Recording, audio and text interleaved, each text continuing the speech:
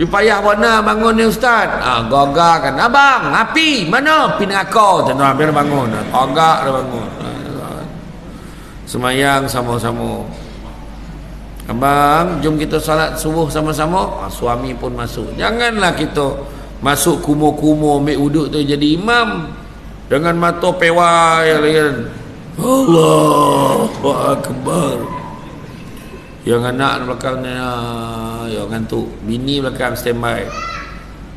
Ila mahid Alhamdulillah alamin. Lepas tu senyap lalap. Yang anak belakang pun kono abah senyap ni. Yang bini kat belakang dah membutuh turun. Langsung bini sogah sikit. Waladhdallin. Dah habis Fatihah dah. Saya tahu tu mengigau tu. Habis dah Fatihah. Tu bangun pagi sogar-sogarkan badan, masuk bilik air, gosok gigi, mandi, shampoo, body body foam apa semualah. Semua sapu habis semua. Wangi-wangi ni ambil wuduk, lepas tu keluar pakai jubah sebiji macam Imam Masjidil Haram. Bersungkup ke bawah tu. Keluar dia setahun subuh bakum terusan nampakkan saf. Anak pun tagak. Allahu Akbar. Anak weh ada gema weh. Bismillahirrahmanirrahim. Alhamdulillahi Rabbil Alamin. Ar-Rahmanir-Rahim. Maliki Yawmiddin. Iyyaka na'budu wa iyyaka nasta'in. Ihdinas siratal mustaqim. Isteri kat belakang dalam hati, suamiku. Dua pek laki tuan-tuan. Sampai waladhdallin. Amin. Bismillahirrahmanirrahim. Inna a'tainakal kautsar. Anak kat belakang dah agak dah. Anak dah tahu dah surah Abah. Mak pun tahu. Abang okey dah bang, tapi bang abang sadar tak kita dah kahwin 30 tahun dah. Itulah surah yang abang baca. Inna ta'ina Allah, inna ta'ina Allah. Betul lah bahasa pahala itu. Tapi bang cubalah sekali tukarlah ayat lain. Yalah malam kan tukar tu. Lepas maghrib tu lelaki pandang bini tanya. Sampai waladhdallin. Amin. Lama senyap. Bini berdoa ni apa ayat malam? Yasin. Panjang lah malam ni. Panjang salah, pendek salah. Yasin. Allahu Akbar lah. Apa pendek lah bang. Baru hari pertama satu ayat. Apa so, pendek salah, panjang salah. Yang penting sembahyang berjemaah, sembahyang sesama. Dan sembahyang sesama. Tu sebab nak cari menantu ni. Nak cari menantu ni jangan sibuk nak tanya yang dunia-dunia ni. Kau kereta yang kau bawa tu kereta siapa? Kereta abah kau, kereta kau. Tu tanya gaji kau berapa? Macam mana kau nak bolo anak dan ni? Percayalah rezeki Allah kan. Tapi takkan budak tu nak jawab, pakcik percayalah rezeki Allah. Takkan dia kaya tu kan. Cuba tanya sekarang macam ni, sebelum pakcik nak menyerahkan anak pakcik pada seseorang, pakcik nak kau tolong baca surah Fatihah. Cuba baca Fatihah sikit. Cuba kau mengucap.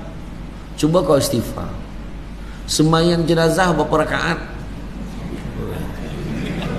Saja ada test sudah. Sembahyang jenazah berapa rakaat? 2 rakaat. Pakcik rakaat pertama 7 kali takbir.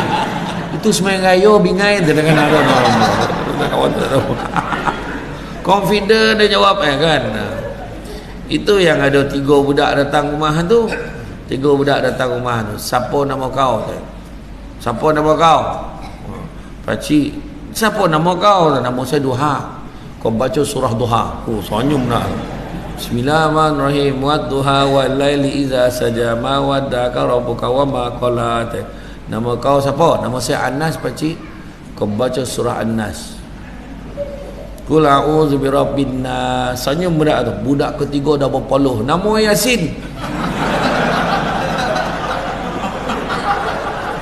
Aduh, kenapa lah abah dan bagi nama dan Yasin ni? Parah ni. Kau nama kau siapa? Tu orang pakcik ya.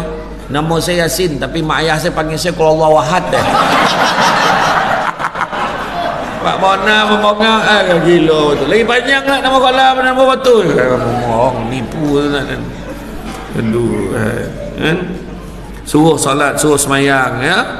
Kemudian yang keenam, tidak membawa perkara yang bertentangan masuk ke dalam rumah. Makna bono-bono tak elok sah lah bawa ya. Bono-bono berusulkan judi, bono-bono kurafat jangan bawa masuk. Gambar-gambar yang polik-polik jangan bawa masuk. Gambar abah yang telanjang masuk bahal.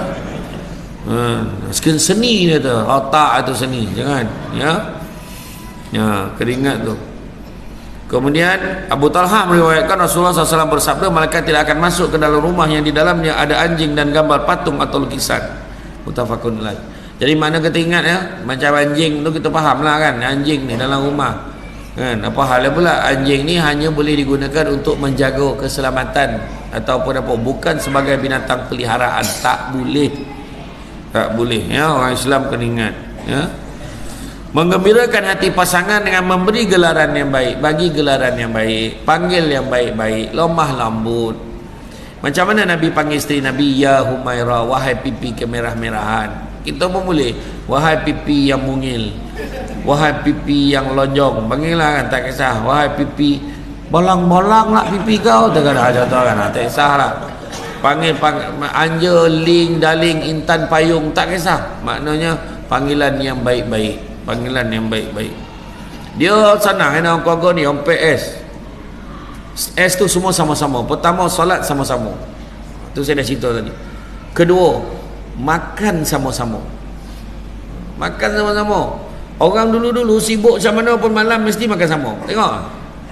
Bila makan sama semua berobot nak makan sebelah abah. Nak tunjukkan dia rapat dengan abah. Pinggan ayah tu special. Pinggan dengan cawan ayah tak ada siapa pun diusik. Itu abah punya hormat. Bah tak? Makan sama-sama. Kita tak perasan kadang-kadang kata, bah nak ayam tu sikit, kita cubit letak dalam pinggan anak, dapat palau selokah lagi besar pada bagi makan anak orang lain. Isteri lah minta, bang nak sayur tu sikit, ambil tu suapkan. Abang malulah anak tengok. You kan isteri I, apa yang you malu pula? Buka mulut you. Bila suap ya anak, yo anak tak pernah tengok. Anak tak pernah tengok kan. Kemesraan. Makan sama-sama.